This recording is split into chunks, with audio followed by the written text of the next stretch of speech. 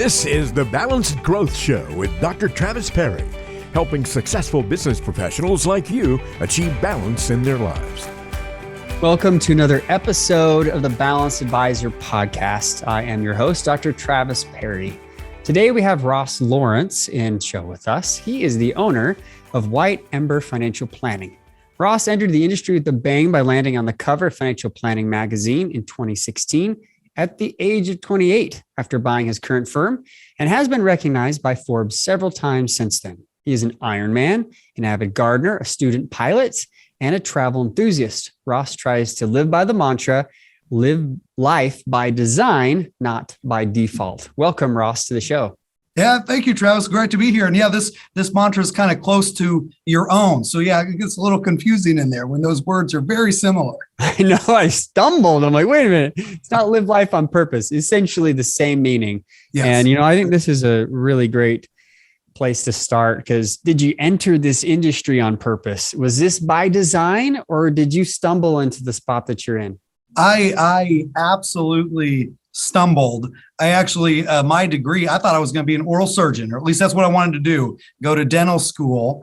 So 3 years of undergrad in biology, go in that direction, only to work for a dentist for 8 months.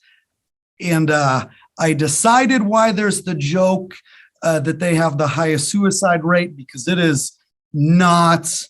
was not a good fit for my personality. I love my dentist, but it wasn't great for me. But I didn't really know what to do after that, because I just kind of quit cold turkey. I was like, I have no clue what to do. Well, a lot of my friends at that time had opened E-Trade accounts and were trading, $100 worth of penny stocks at the time. And it just, to be honest, Travis, stocks just sounded cool. I don't think I could have defined what a stock really was, but I was like, okay, so I'm switching my degree to finance. I put on a suit and went around to all the companies that came up when I Googled stocks. That's what I Googled. And long story short, I got an internship at Merrill Lynch, unpaid internship in my hometown. And I started in August of 2008.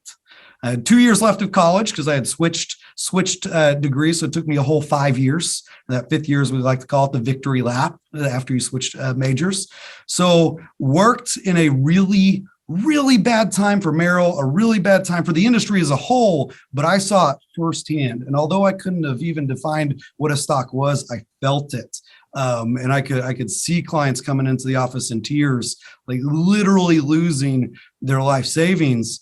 And there was one advisor that did not like what we would say an e-money or money guide plan, but just kind of an Excel spreadsheet. Like, hey, how are we going to do this?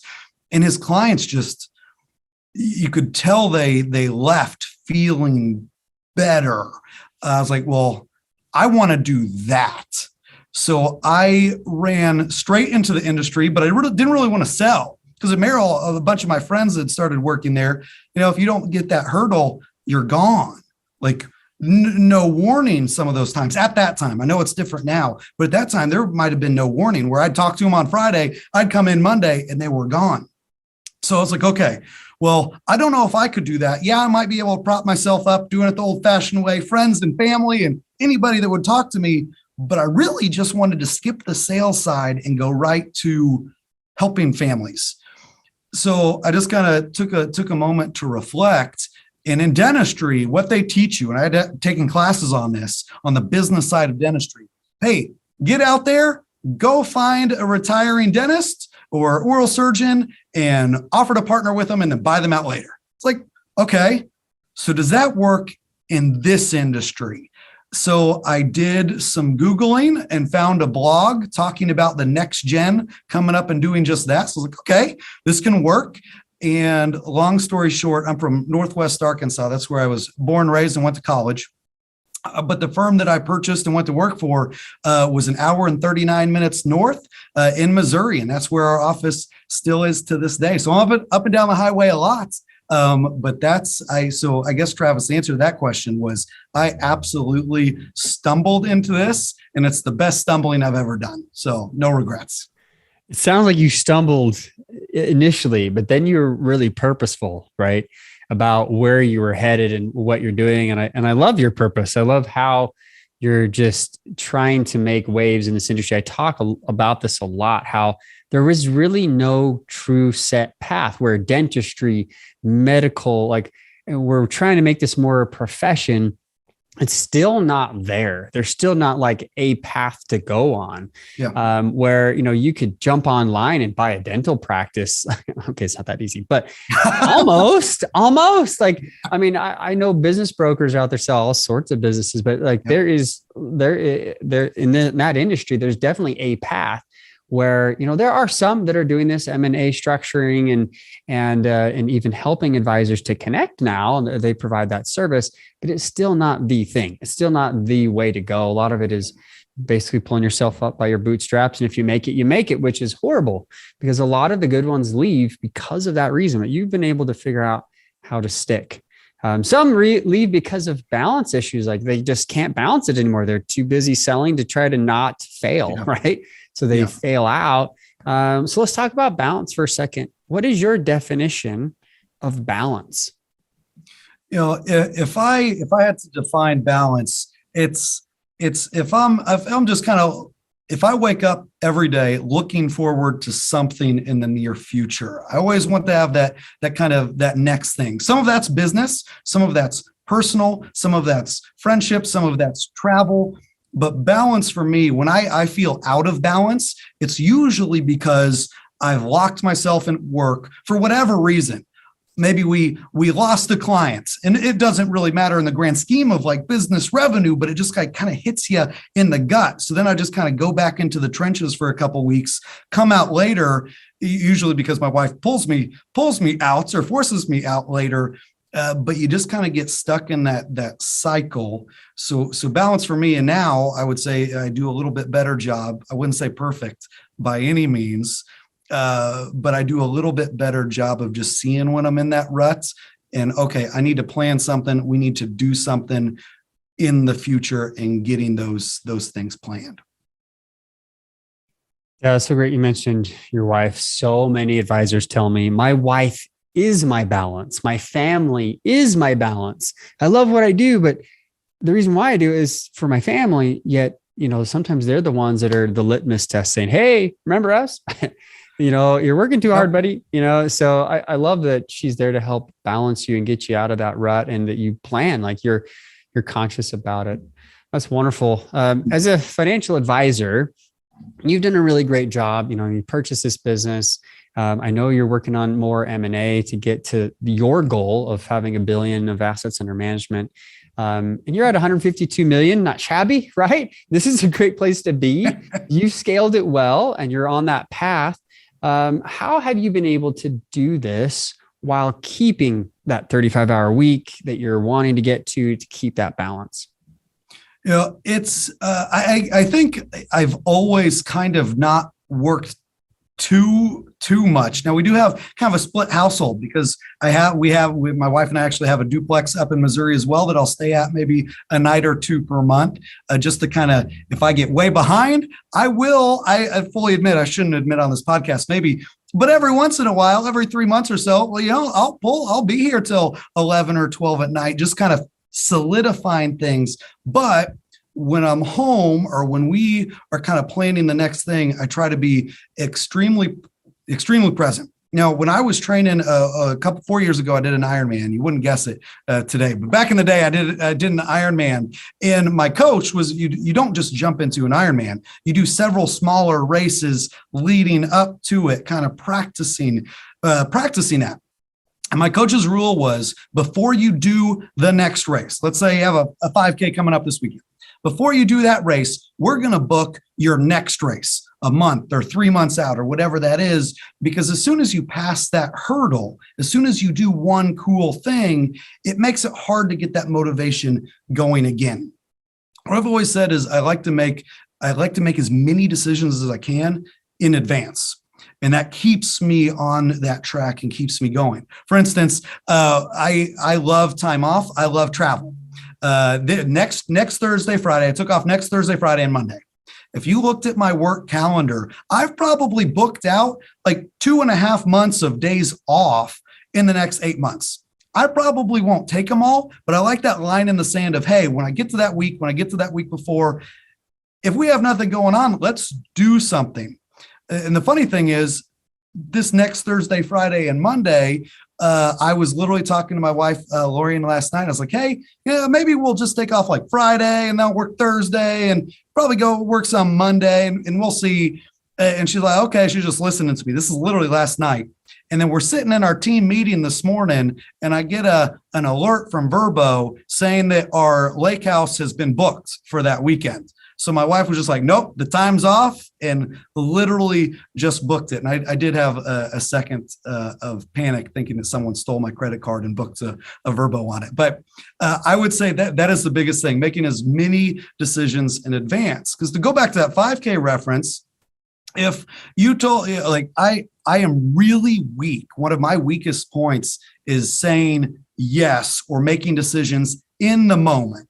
So like, for instance, Travis, if my microphone stopped working right now, you're like, oh man, all right, Ross, we're going to have to reschedule this. Hey, can you meet me tonight at midnight? That's the only time I got. Can we just do this podcast at midnight real quick? I would say, just my gut said, yeah, sure. No problem. I probably wouldn't even check my calendar. And then I'll text my wife right after this. And she's like, are you serious? Like, what are you doing?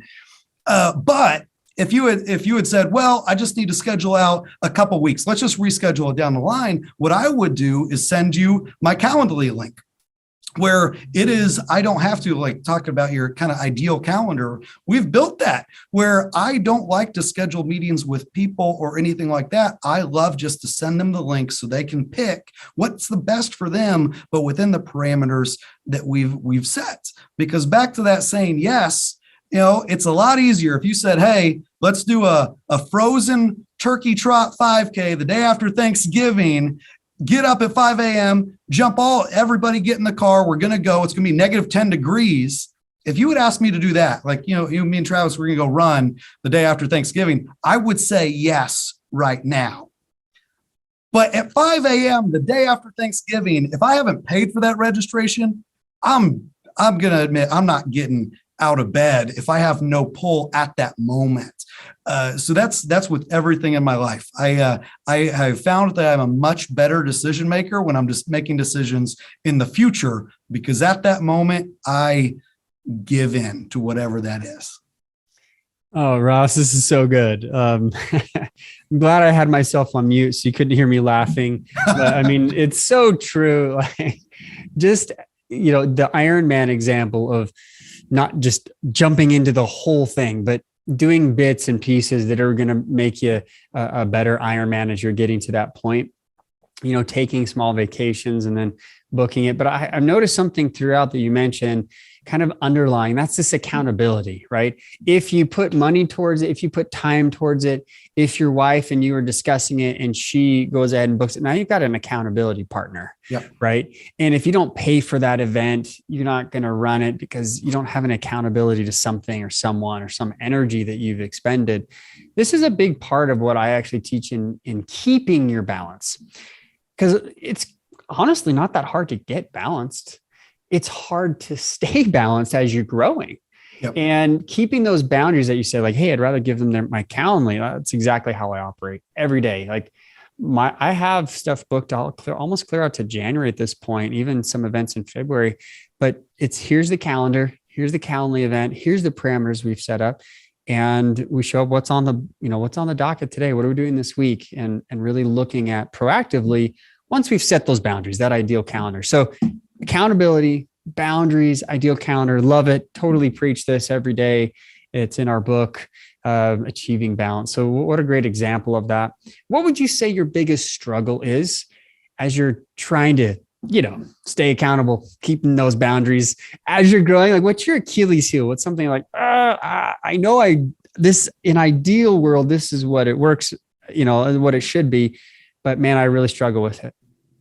I mean, not to go back to what you just said, but keeping myself on the right path is very tough for me. If the next coolest idea, I mean, if a great fast food restaurant new and earth shattering came out, I'd probably want to go buy a franchise or do something right now just because it sounds cool at that moment. Not what I'd enjoy doing at all 3 months or a year down the road, but I just kind of, I squirrel a little bit. So I've had to surround myself with people to hold me accountable. You mentioned $1 billion, and now in the industry, that's extremely cliche to say you want to grow to $1 billion. I mean, everyone says that. I like to say that I said that before it was cool, but I am very. I remember telling the person that I bought the business from, we were like 60 million at the time. I just joined. I said, "All right, we're going to be at $1 billion in 10 years." Granted, it's been 11 now, and we're not at $1 billion. So obviously, it didn't work out. But I told him that. The first time I told him that, he literally he totally paused. I totally shut him down. He's like, "Russ, I don't think you realize how much money that is." But since then, that didn't hamper me at all. And since then, I've told everyone about that goal. I've told and I'm surrounding myself with people to hold me accountable to that. So I'm almost embarrassed if I don't hit it. My Carson coach, my EO or entrepreneurs organization group, my clients, I tell my clients that that's our goal. And I have the backstory of why we want that scale and what we will add when we get that scale or on our journey to that scale. But accountability, just making sure that everyone else knows it. For instance, one of my dreams is to have a travel concierge that works for White Ember, that works for free, almost a travel fiduciary for my clients, to get them to spend some of this money for travel with themselves, travel for the family, whatever that is before it's too late. And I started telling clients this a year ago. I'd been stewing on this for years as I thought it was a cool idea. I literally just had an account review with one of my top clients. He's like, "Hey, so how's it coming working towards that travel concierge? Are they coming yet?" I'm like, "Oh, thank you." Because that's kind of reigniting that fire of when you say things, even if they're not an accountability partner, they're not my Carson coach or anything like that. But when you say that and then it comes back to you, I mean, that's the motivation right there. That's in your face. No, it absolutely is. And the more that, there's Bandura was a developmental psychologist, and he said this, and I paraphrase, but it's basically a thought is not completed until it's spoken. And I think once you speak it, and he was a linguist type of, psychologist, once you speak it, it's out for someone else to hear. Well, now it's reality. And it's that accountability, right? And then, you may have people that hold, to that, your team, your clients, and maybe even your coach. But the fact that you've told someone, now it's your integrity. Your integrity is on the line. Oh, yeah. Yeah.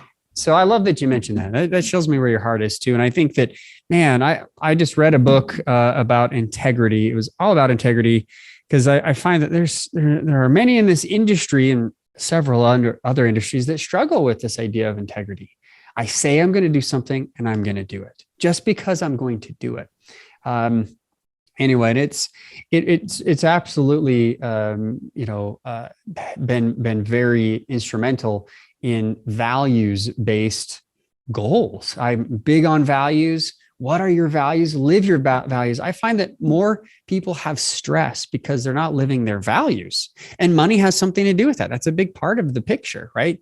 Values-based financial planning. That's a lot of where financial planners, CFPs, who have to live that fiduciary responsibility of finding out what is their actual value. Where do they want this money to be used for? Not just some kind of target, some sort of ethereal roadmap, but it actually makes sense to them. So I love this. I'm grateful that you brought this up.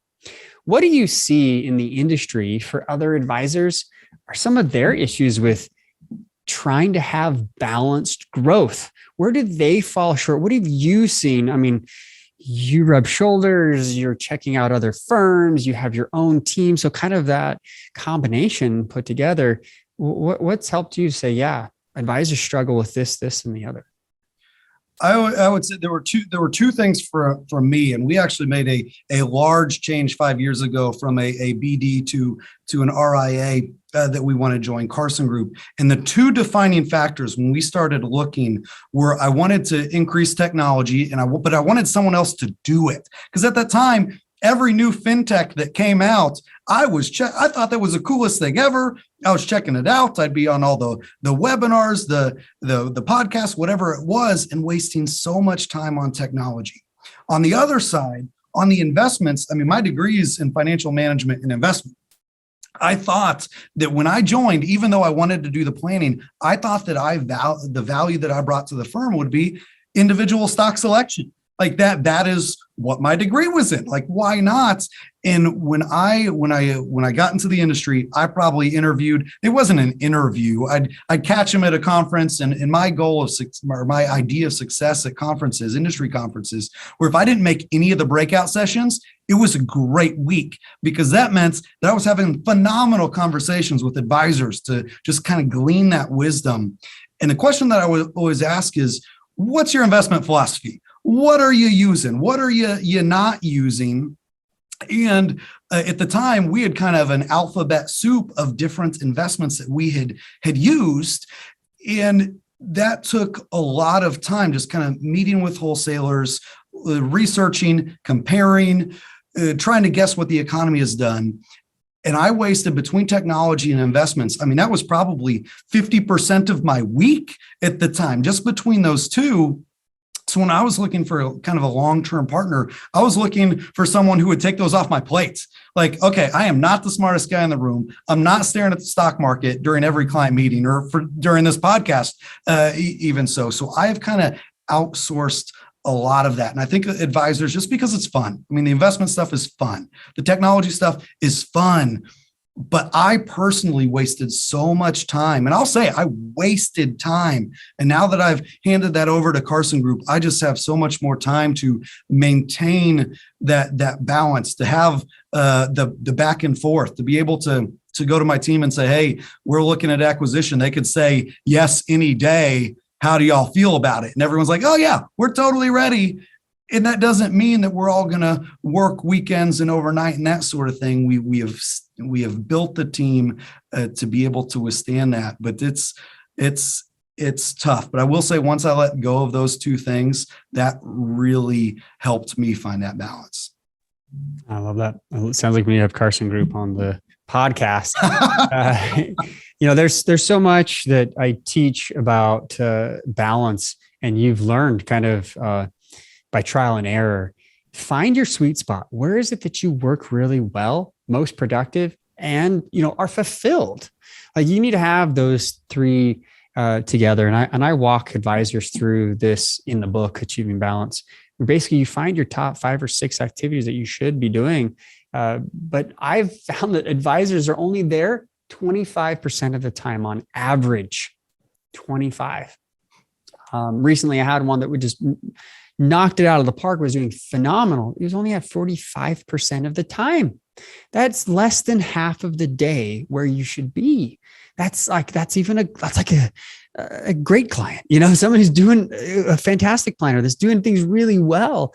But you're losing a lot of productivity. I call it the productivity gap, right? You're losing tens of thousands of dollars weekly to these types of things. So I appreciate you bringing this up, because you're right. Tech is fun. Investment's great.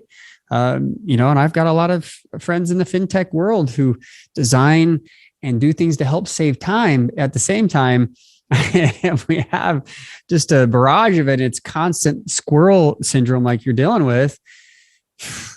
Maybe too much tech is too much, right? And outsourcing that makes a lot of sense. Same with the investment. So I appreciate this. And if you could give some advice to any advisors who want to grow, struggle with balance, or they've been in an industry for several years and still not where you're at, and they want to be there, they want to be able to do these things and have a more flexible schedule, what would you suggest they do?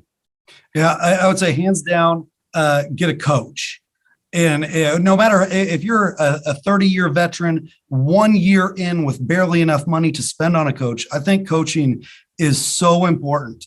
When I did my Ironman, I ran cross country. I actually did triathlons back in high school and competed. I knew how to run. I knew how to bike. I knew how to swim, but I needed that accountability partner. I needed someone that was going to show up at the gym at 5 a.m. And if I didn't show up, they weren't doing anything. And it was that almost that accountability. Yeah, so it's, call a coach an accountability partner, but they really are, and that you always know they're coming up. When I'm meeting with my coach, I meet with her every 30 days. So I know if I haven't kind of done the stuff that I said I was going to do, hey, well, I've got 5 days till I meet with Tammy. I got 3 days until I meet with Tammy. And then all of a sudden I'm there. And if I, just that in the back of your head, just knowing that it's there. I think there was a trend for a while there of having just a once a year annual goal setting meeting. A year is a long time. I mean, quarterly is even, I forget what I did the last quarter. So having that just monthly contact with someone, whether it's an EO group or a coach or something, having that accountability coach that you're paying. Make sure that you got to have some skin in the game. But if I would do it over, that's exactly what I would do. And that's what I've done since day one. I love that. Really great advice. Thank you for your time here, for making time to be on this Balanced Advisor podcast. It's been a pleasure. It's been great. I love everything that you preach. So keep up the good work, Travis. Well, it's nice to have somebody that is living it. It is a balanced advisor like yourself. It makes for really great testimonial. We've never worked together, but to see Ross and what he's gone through to learn this through the School of Hard Knocks and be able to make it and do so well. What a wonderful example. Thanks, Ross, for being here. If advisors want to connect with you, if they want to know more about you or join your team, where can they find you? Yeah, whiteember.com or my LinkedIn. I'm one of the odd ones that got into LinkedIn early enough where it's actually just linkedin.com/Ross Lawrence, my actual name. So either way, I love talking to advisors, especially upcoming. I think one of the best kept secrets in this industry is that when I purchased this business, I had basically a negative net worth. I think and I was able to kind of finagle that financing to do it. And I think there's just a phenomenal opportunity for younger advisors that want to get in. So even if someone has a kid or grandkid out there that they want in the industry, I would be more than happy to talk to them as well. Love it. Thank you again for being on the show. Guys, gals, listeners out there, I hope you enjoyed this conversation as you're a fly on the wall, listening to us banter back and forth about some great ideas about balance and growth. And, you're able to pick some kernels of wisdom out of this and be inspired to have balanced growth. Our book, Achieving Balance, is still available. TravisPerry.com. You'll be able to see the latest and greatest in our offering there. I think right now we have a bundle and a t-shirt and a bunch of stuff that goes with it. So definitely pick it up and share, like, subscribe to this podcast. Maybe there's someone out there who needs to hear what Ross had to say today. And otherwise, till we meet again, everybody, thank you. Remember, live life on purpose.